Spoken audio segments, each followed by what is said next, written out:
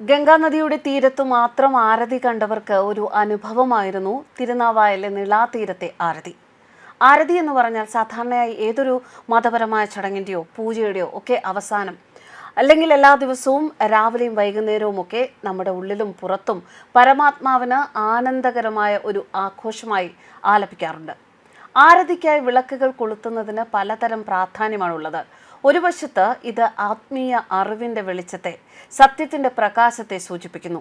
മറുവശത്ത് വിളക്കുകൾ കത്തിക്കാൻ ഇന്ധനമായി കർപ്പൂരം ഉപയോഗിക്കുമ്പോൾ കർപ്പൂരം ഒടുവിൽ കത്തുകയും ഒരു തുമ്പും കൂടാതെ അപ്രത്യക്ഷമാവുകയും ചെയ്യുന്നു.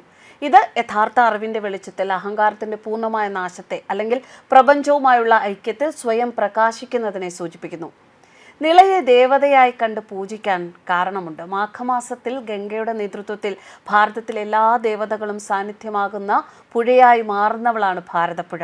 ഭാരതത്തിൻ്റെ പേരിൽ ഈ രാജ്യത്തുള്ള ഒരേ ഒരു പുണ്യനദിയാണ് ഭാരതപ്പുഴ.